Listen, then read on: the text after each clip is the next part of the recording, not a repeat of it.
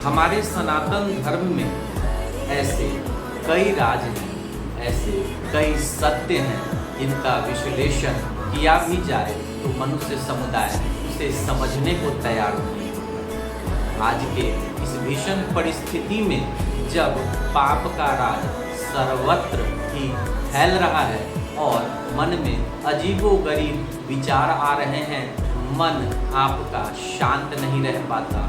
क्या कारण है इसका और इसका समाधान क्या है?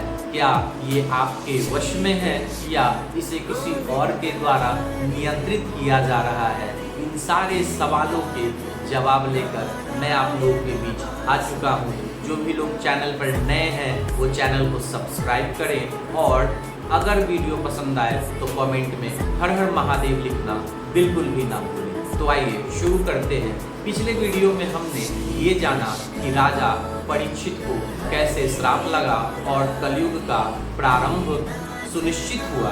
आज हम सतयुग के समय से मनुष्यों के बारे में पूरी जांच पड़ताल करेंगे और कैसे समय समय पर पाप बढ़ता गया इसका विश्लेषण करेंगे। आप सभी से मेरा विनम्र अनुरोध है कि वीडियो को बिल्कुल लास्ट तक देखें, बिल्कुल भी स्किप ना करें, क्योंकि आपके जीवन में चल रही बहुत सारी समस्याएं जो आपने अब तक किसी के साथ भी साझा नहीं की, उन सारे सवालों का जवाब आपको इस वीडियो में मिलने वाला है। जी हाँ दोस्तों, बिल्कुल सही सुना आपने। आपके सारे सवालों का जवाब मैं देने की कोशिश करूँगा। तो आइए शुरू करते हैं। सतयुग के प्रारंभ में पाप को बढ़ने की कोई भी गुंजाइश कहीं से भी नहीं मिल पाई। इसका कारण यह था कि सतयुग के सारे मनुष्य बड़े ही धर्मात्मा प्रवृत्ति के हुए और धर्म के चार पैर कहे जाते हैं। और धर्म को हमारे सत्य सनातन धर्म संस्कृति में गौ माता के नाम से बुलाया जाता है। तो धर्म के चार स्तंभ होते हैं: सत्य, तप, दया अथवा दान और पवित्रता। तो सतयुग में ये चारों के चारों धर्म के स्तंभ सुनिश्चित थे, जिसके कारण पाप के बढ़ने की जरा सी भी गुंजाइश नहीं थी। सतयुग के पश्चात त्रेता युग आया और त्रेता युग में तप की कमी हो गई और लोगों ने पाप करना प्रारंभ कर दिया। इस युग में 25% लोग पापी हो चुके थे। अगला युग आया द्वापर युग, जिस युग की बहुत ही प्रमुख घटना महाभारत का भी युद्ध है। द्वापर युग में तप और पवित्रता का पूरी तरह से समापन हो गया और इस युग में आधे लोग पुण्यात्मा हुए और आधे लोग पापात्मा हुए, पापाचारी हुए, पाप के आचरण करने वाले हुए। अतः इस युग में भी पाप की प्रधानता बढ़ तो रही थी, परंतु पूरे तरह से फैल नहीं पा रही थी, क्योंकि आगे आने वाला युग पाप का युग कलयुग था।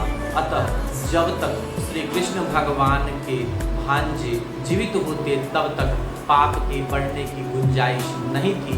अतः कलयुग ने धोखे से उन्हें श्राप दिलवा दिया और अपने राज्य का विस्तार सुनिश्चित कर लिया। अधर्म के पपौत्र होने के पश्चात भी उसने चतुराई से अमृत का पान करके अमरता तो प्राप्त कर ली, परंतु उसका शरीर अभी भी प्रकट नहीं हुआ। हर युग की भांति इस युग में भी धर्म के चार स्तंभों में से 3 का पतन हो गया है और सिर्फ सत्य के भरोसे ही यह चल रहा है।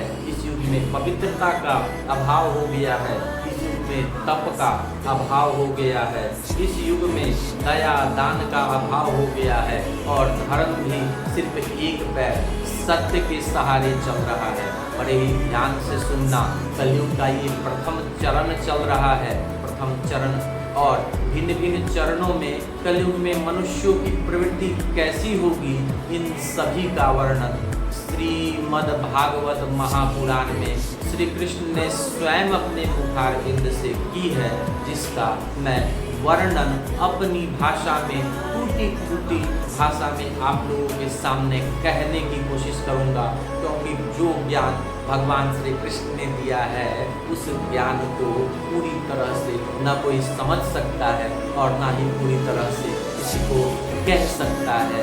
भगवत कृपा हो जाए तो उस महासागर के बूंद में से कुछ बूंद ही हमारे आपके अंदर समाहित होता है। तो कलयुग के 4 चरण होंगे। कलयुग के प्रथम चरण में लोग भगवान की बुराई करने लगेंगे, और ये आपने तो जरूर देखा है कि आज बड़ा ही आम बात हो गया है कि लोग भगवान के बारे में भली बुरी बातें करते हैं, लोग उनका सत्कार करना भूल गए हैं। और कलयुग के इस चरण में ही धीरे धीरे कलयुग का निर्माण शुरू, कलयुग के शरीर का निर्माण भी शुरू हो चुका है। और जैसे जैसे मनुष्य पाप का आचरण करते जाएंगे, जैसे जैसे पाप में वृद्धि होती जाएगी, वैसे वैसे ही कलयुग के शरीर का निर्माण भी पूरा होता जाएगा। कलयुग के दूसरे चरण में ज़्यादातर लोग पापी हो जाएंगे, कोई भी भगवान पर विश्वास नहीं करेगा, और एक दूसरे के बीच में धर्म अधर्म की बात करना तो दूर की बात है, कोई उसके बारे में सोचेगा भी नहीं। तीसरे चरण में ये जो धर्म है वो पूरी तरह से त्राहिमाम करने लगेगा। तीसरे चरण में सारे के सारे मनुष्य कहीं न कहीं भगवान के वैरी हो जाएंगे। कुछ एक मनुष्य जो धर्म के रास्ते पर चल रहे होंगे, उन्हें सताया जाने लगेगा, उन्हें परेशान किया जाने लगेगा, उनके लिए जीवन सहज नहीं रह जाएगा।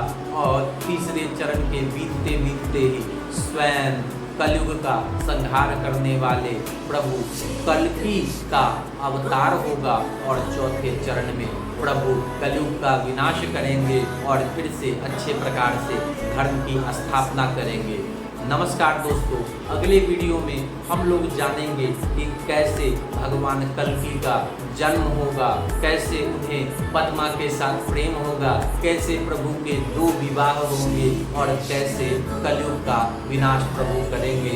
इस वीडियो को ज़्यादा से ज़्यादा शेयर करें। तब तक के लिए जय महाकाल, जय महाकाल।